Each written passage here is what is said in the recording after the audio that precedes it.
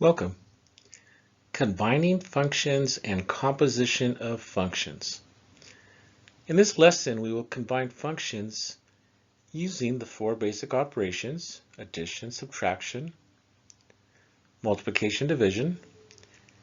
Then we will also learn a new operation called composition. If f and g are functions, normally we use f and g for functions, but you could use any letter. And we use d for the intersection of the domains. So the domain is the intersection of each function's domain. Then we have the following definitions. So here we're just getting used to a different notation. F plus g of x is equal to f of x plus g of x. F minus g of x is equal to f of x minus g of x. F times g of x is f of x times g of x. And f divided by g of x is f of x divided by g of x. And I put a little note there that g of x, the denominator, cannot equal 0. To the right, we also have an alternative notation. So you could simply write f plus g. That's equal to f of x plus g of x. Same thing with f minus g. F minus g is f of x minus g of x. F times g, f of x times g of x. F divided by g, f of x divided by g of x. And again, g, the denominator, cannot equal 0.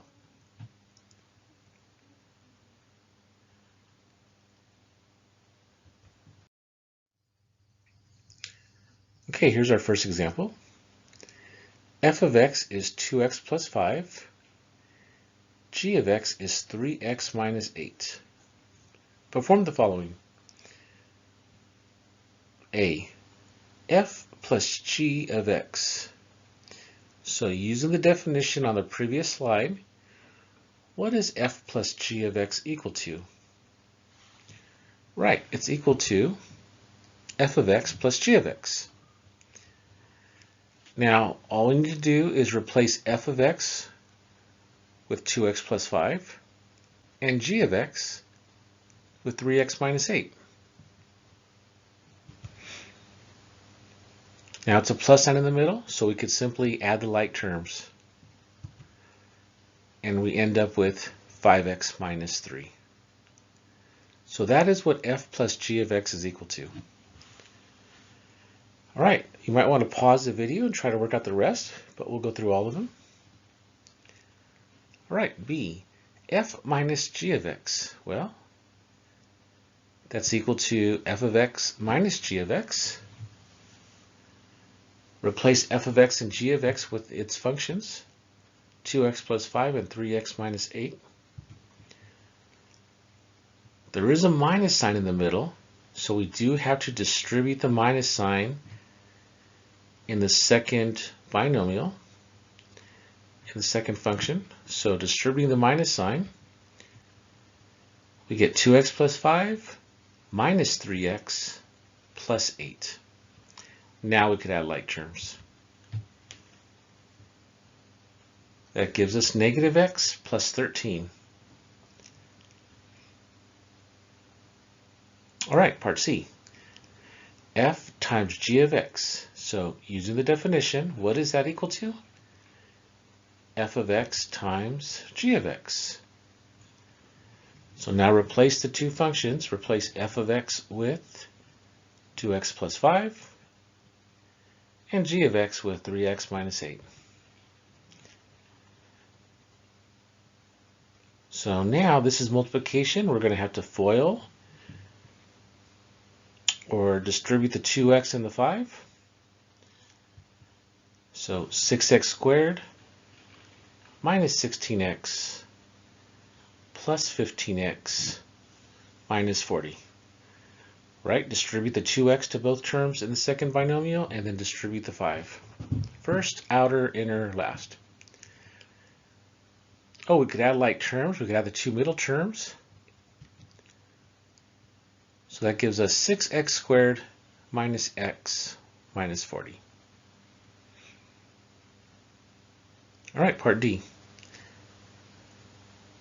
F divided by g of x. Well, that is f of x divided by g of x. So f of x is going to go on top of the numerator in the numerator of the fraction, and the denominator g of x is going to go in the denominator of the fraction.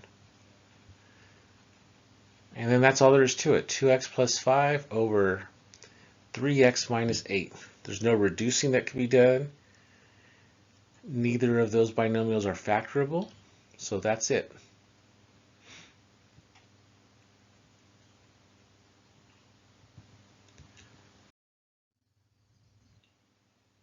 All right, very similar to the last example, just a little bit more complex.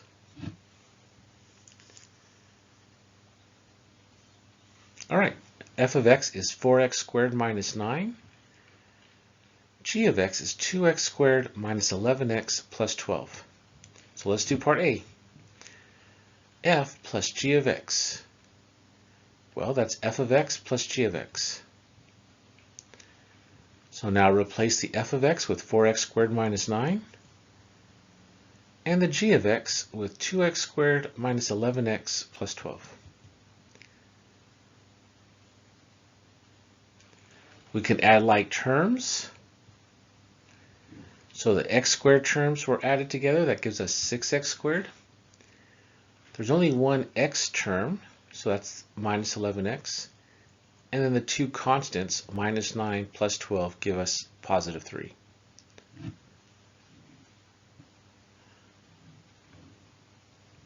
All right, part B, f minus g of x. Same process, just a minus in the middle. F of x minus g of x. Replace each function. Again, there's a minus sign in the middle. What do we do if there's a minus sign? Right, we need to distribute. So that gives us 4x squared minus 9 minus 2x squared plus 11x minus 12. Every sign of the polynomial of g of x gets changed because of the minus sign. Now we could add our like terms. 2x squared plus 11x minus 21. All right, part C, f times g of x, f of x times g of x. Replace the two functions. So 4x squared minus 9 times 2x squared minus 11x plus 12. We're going to have to distribute the 4x squared, and then distribute the negative 9, and then add any like terms. So it's a little bit of work. Here's what you should get. 8x to the 4th. Remember, when you multiply, you add the exponents. So 4x squared times 2x squared is 8x to the 4th. And then 4x squared times negative 11x is negative 44x cubed. And then 4x squared times 12 is 48x squared. Then move on to the negative 9 for the last three terms. Negative 9 times 2x squared is negative 18x squared. Negative 9 times negative 11x is positive 99x. And negative 9 times positive 12 is negative 108. Add our like terms. Our like terms, which is only the x squared terms.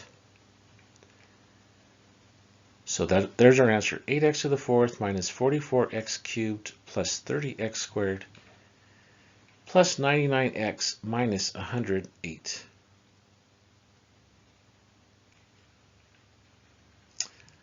Last part of this example, part D, f divided by g of x.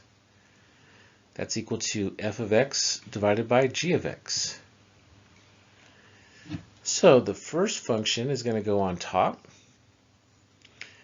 F of x is 4x squared minus 9. That goes in the numerator. And then the 2x squared minus 11x plus 12 is in the denominator.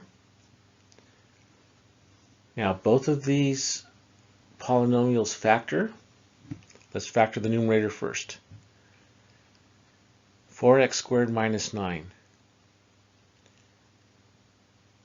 They're both perfect squares, and the sign in the middle is a minus. So this is the difference of two squares. The square root of 4x squared is 2x, and the square root of 9 is 3, so this factors 2. 2x minus 3 times 2x plus 3.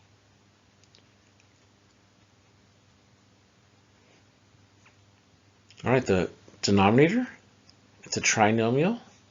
Different methods for factoring. I'm going to show grouping right here. 2 times 12, multiply the first number and the last number. That's 24. It's a positive 24 because the 2 and 12 are both positive.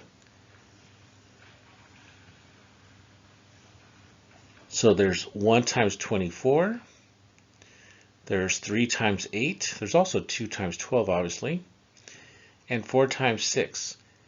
Which of those pairs will add to equal 11? Right, the 3 and the 8.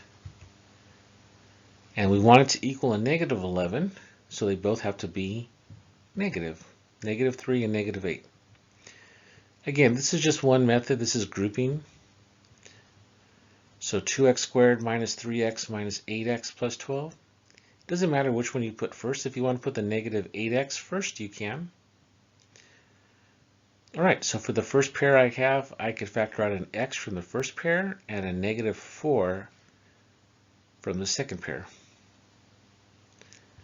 So that factors to x minus 4 times 2x minus 3. That's our denominator. So let's put it all together. So the numerator is 2x minus 3, 2x plus 3, and in the denominator, x minus 4, 2x minus 3. Does anything cancel? Right, the 2x minus 3's. So we're left with 2x plus 3 over x minus 4. I know, that was a little bit of work, but that was good.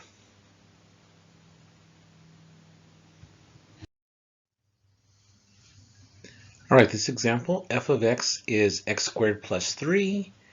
G of x is the square root of x plus 5. Perform the following. So part A says f plus g of 4. In the last example, it said f plus g of x. Now what we're doing is we're replacing x with a number, in this case 4. So using the definition, f plus g of 4 is equal to f of 4 plus g of 4. Again, all we're doing is we're still using the same definition, but we're replacing the x with the number 4. Okay, well what we need to do is figure out what f of 4 is and g of 4 is, and then we'll add those two results. So for f of 4, we replace x with 4 in the f function. So you go to the f function and replace x with 4. That would be 4 squared plus 3. 4 squared is 16. 16 plus 3 is 19. So that is f of 4. Now let's figure out what g of 4 is. So we would go to the g function and replace x with 4. So 4 plus 5 is 9. And the square root of 9 is 3. Now we're going to add those two numbers together because that's what it said to do. F of 4 plus g of 4. That gives us 22, and we're all done with that one. All right, now we're going to do f times g of negative 1. So using the definition, again, we're just replacing x with negative 1, so it's equal to f of negative 1 times g of negative 1. Let's do f of negative 1 first. Replace x with -1. So -1 squared plus 3. That's 1 plus 3, which is 4. Now we're going to go to the g function and replace x with -1. So that would be square root of -1 plus 5. -1 plus 5 is 4. And the square root of 4 is 2. Now that we got our two answers, what are we going to do with them? Right, we're going to multiply. So that gives us 8.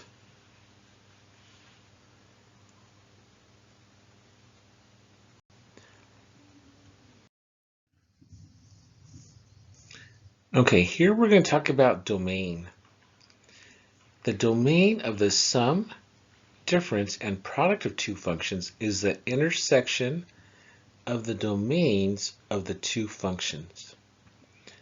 So intersection means where does it overlap? Right, here's our first example.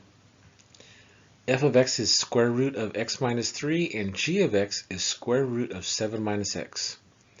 So part A, we just want to find f plus g. This is the other notation, f plus g. Well, that's the same thing as f of x plus g of x. So replace f of x with square root of x minus 3 and g of x with square root of 7 minus x. And that's it, you're all done. We can't add those because the radicands are different.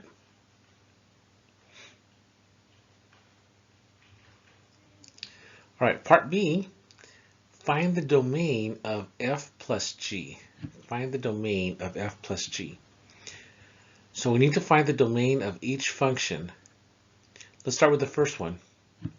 Sometimes we use a subscript with the letter of the function to say the domain of f. So the domain of f of x is, well, we use capital D for domain and with the subscript of f to indicate which function we're talking about. Now, how do we find the domain of a square root function? Do you remember? Right, we set the radicand, whatever's inside, greater than or equal to 0. So that's how you find the domain of a square root function. Now get x by itself, add 3 to both sides. So that's our domain. X is greater than or equal to 3. Now let's work on the second function. Let's do the domain of g. Again, that also is a square root function, so we're just going to write it greater than or equal to 0. The radicand, that is. Subtract 7 on both sides. Oh, we do have a negative in front of the x, so we need to divide by -1 on both sides. Of course, when you divide by a negative, you have to flip the inequality symbol around. So x is less than or equal to 7. So we want to figure out the numbers that are greater than or equal to 3 and less than or equal to 7. A number line would be great for that, right? So put 3 and 7 and then shade the numbers that are bigger than 3 and less than 7 at the same time. So that's what it would look like. We would use brackets.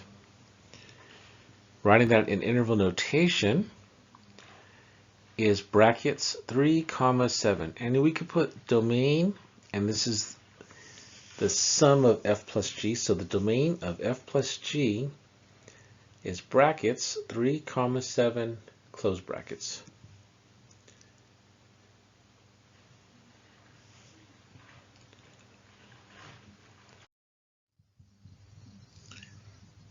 Okay, here's our next example. Our first function is a rational function. Our second function is a square root function. Part A says find f minus g. Well, f minus g simply means f of x minus g of x. So now replace f of x with 8 over x minus 5 and g of x with square root of x minus 2. There's nothing else we could do. They're not like terms. Nothing, so we just leave it like that. All right, part B. Now the domain. So we're going to find the domain of the first function. f. It's a rational function. Do you remember how to find the domain of a rational function? Right, we set the denominator equal to 0 and solve. So x minus 5 equals 0. We don't care about the numerator, just the denominator. Add 5 to both sides, and we get x equals 5. Now actually that's a number that x cannot be, because it makes it 0 in the denominator, which is undefined. X could be any other number for f of x, but not 5. So our domain of f is x cannot equal 5. Our second function, domain of g, we set the radicand greater than or equal to 0, just like we did the last problem, and then get x by itself, so add 2 to both sides.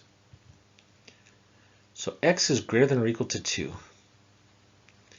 So that's the domain of g. It's got to be anything bigger than or equal to 2.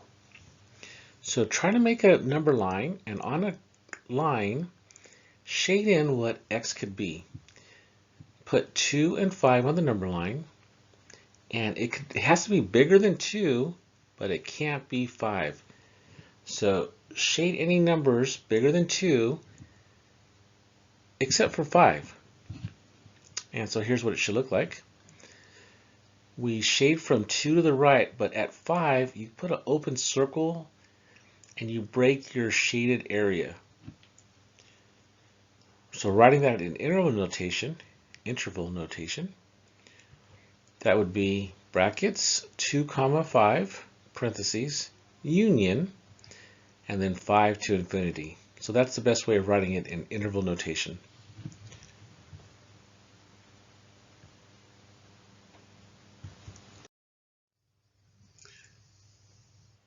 Okay, we have two functions here. They're both linear functions. And this time we're going to find the quotient. And one thing about the quotient we need to know is it's still the same procedure as the previous problems.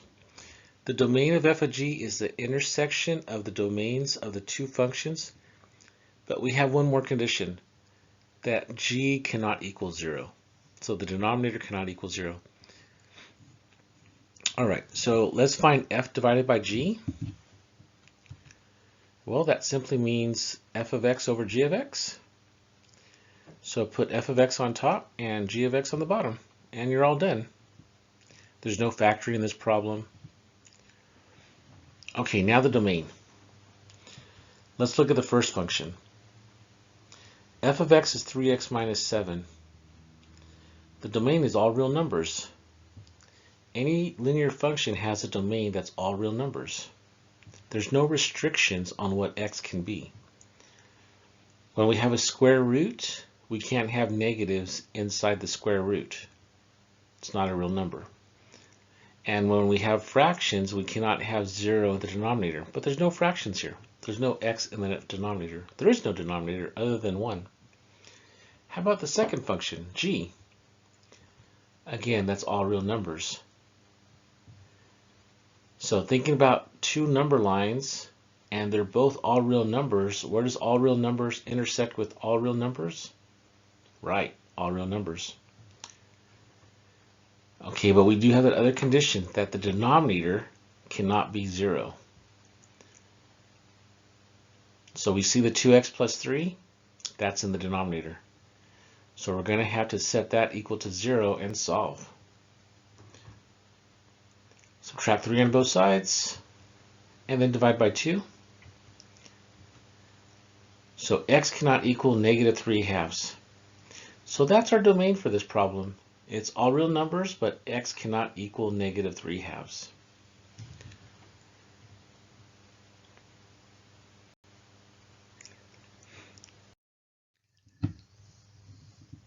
All right, we're going to start our next topic for this lesson, which is called composition. This example is just about getting us ready for composition. So this is not composition yet, but we're getting ready. All right, so here's our function. F of x equals 2x minus 3. Find f of 5.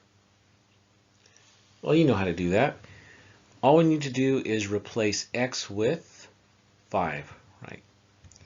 So it's 2 times 5 minus 3, and 2 times 5 is 10. 10 minus 3 is 7. That's it. Whatever is inside the parentheses, you replace x or any x that we have, or all the x's, with that number 5.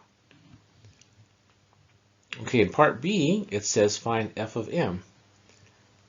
Same procedure. Everywhere we see an x, what do we replace the x with? Right, we replace it with the letter m. So 2 times m minus 3. 2 times m is just 2m, nothing to do there. So 2m minus 3.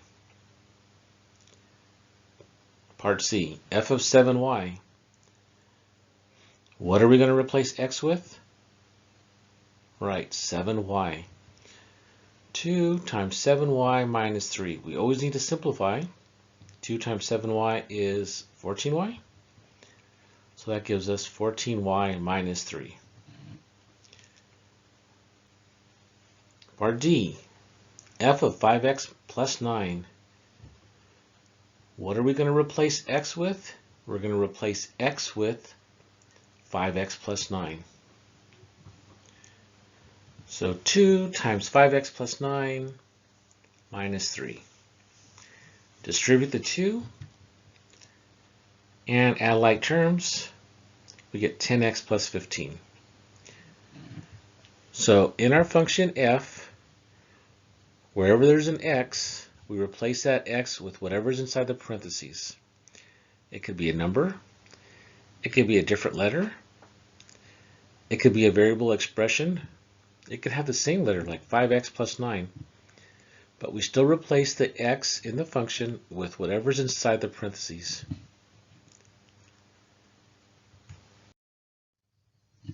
Okay, here we go. This is composition. This is an operation where two functions generate a new function. The symbol for composition, it looks like an open circle. It's the same level as a time symbol or a division symbol, but it's an open circle. So if we have two functions, and usually we use f and g, but you could use h or m or any other letter. So here's our two notations that we're going to use, f of g of x. This is how we say it, f of g of x. Even though the word of is there, it doesn't mean multiplication. It's just how we say it. The second row says g of f of x. So f of g of x, g of f of x. You might hear people say fog and goff. I personally don't like to say that, but you might hear other people say it. All right, here's our definition for f of g of x. The first function f stays in front of the parentheses, and then the second function g is written inside the parentheses. If it's g of f of x, then again the first function g stays in front of the parentheses, and the second function f stays inside the parentheses. Okay, so try to make sure you write those down.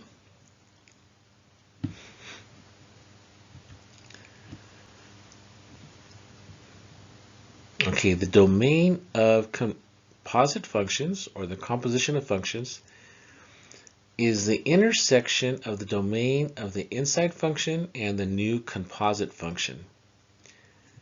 I don't believe we're going to worry about domain for the composition of functions. Maybe in a later video we'll do that some more, but it's already a lot, I believe, for the combining functions to worry about the domain. So we're not going to stress that in the second part of this video, the domain of composition. Okay, here's our first example for this topic. F of x is 2x plus 5. G of x is x minus 8. Find f of g of x. All right, so first thing is, let's write down f of g of x and what it's equal to. So the f stays in front, and the g of x is written inside the parentheses, inside the bigger parentheses.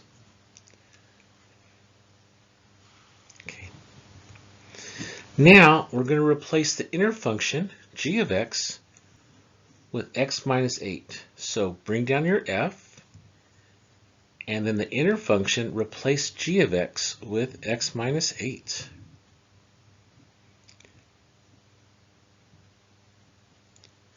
All right, now we're going to go to the f function. It says find f of x minus 8. So you go to the f function, and everywhere you see an x, you replace x with x minus 8. So that's equal to 2 times x minus 8 plus 5. Distribute the 2, and we get 2x minus 11. So we're replacing one function into the other function, and that gives us a new function.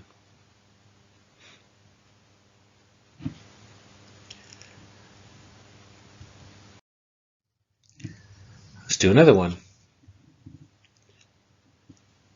F of x is x squared plus 3x minus 5. G of x is x minus 4. Find f of g of x. First of all, write down your definition. F of g of x is equal to f in front and g of x inside the parentheses.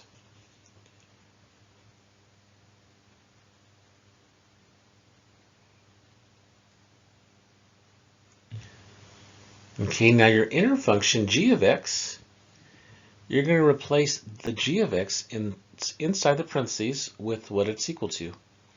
What is g of x equal to? Right, x minus 4. So bring down the f, and then put x minus 4 inside the parentheses. Okay, now it says find f of x minus 4. So you're going to go to the f function, and everywhere you see an x, you're going to replace that x with x minus 4. So x minus 4 squared plus 3 times x minus 4 minus 5. All right, we need to simplify. So write the x minus 4 twice to FOIL. So that gives us x minus 4 times another x minus 4 plus 3 times x minus 4 minus 5. FOIL the x minus 4's and distribute the 3. X squared minus 4x plus 16 plus 3x minus 12 minus 5. Add the like terms. Should give us x squared minus 5x minus 1.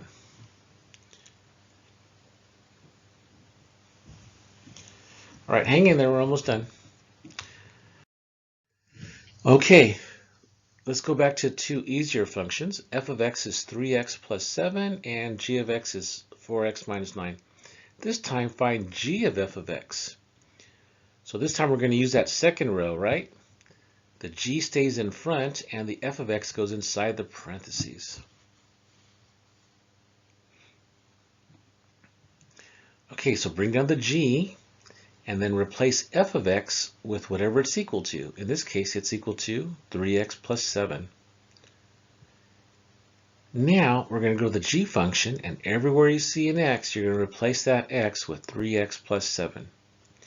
So g of x is 4x minus 9. Replace the x with 3x plus 7.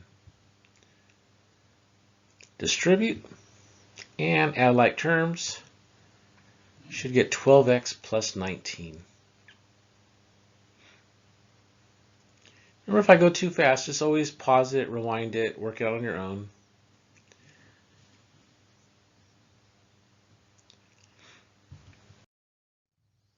All right, here's our next one.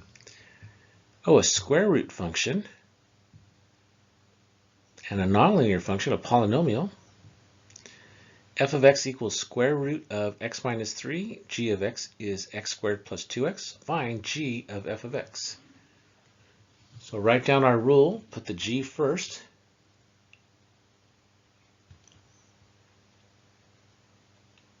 So g stays in front of the parentheses, and f of x is inside the parentheses.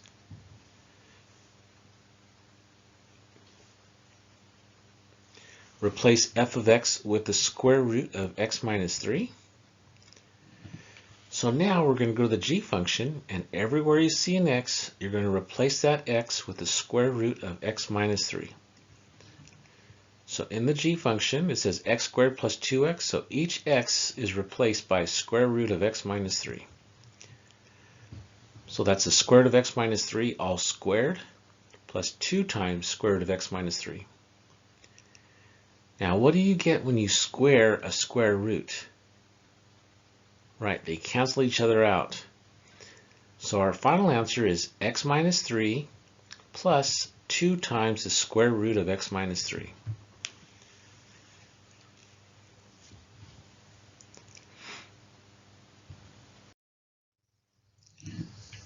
All right, here we have still composition, but it's not just x at the end, it's a number. In this case, it's a 2. So f of x is x squared plus 2x minus 3, and g of x is 5x minus 13. Find f of g of 2. All right, so we're going to use the top row. We're going to use f stays in front, and then g of 2 is written inside the parentheses. So let's figure out what g of 2 is, right? Order of operations always says do what's inside the parentheses. So we're trying to do g of 2 first. Well, we go to the g function and plug in a 2. So g of 2 is 5 times 2 minus 13. 5 times 2 is 10. 10 minus 13 is negative 3. So that's what g of 2 is equal to. So we could replace g of 2 with negative 3. So now we have f of g of 2 is equal to f of negative 3. So all we need to do now is find f of negative 3. Go to the f function, and everywhere you see an x, replace it with negative 3.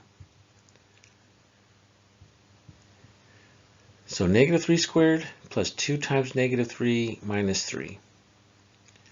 And you work that out. 9 minus 6 minus 3, which is 0. That's our final answer.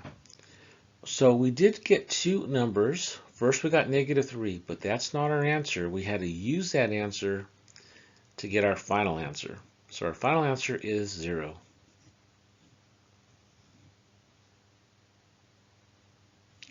So just kind of going back over that, the number, first we had to plug it into the G. It's closer to G, right, than it is to F. So we plugged it into G, and then we got that answer, and then we plugged it into F.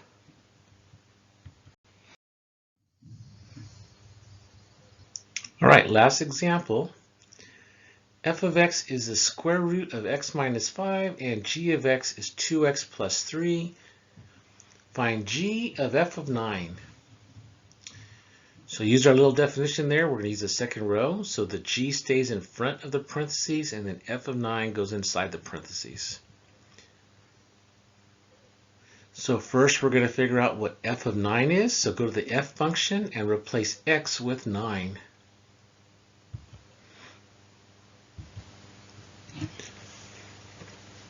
Nine minus 5 is 4. Square root of 4 is 2. So f of 9 is equal to 2. So now we're going to replace f of 9 with 2.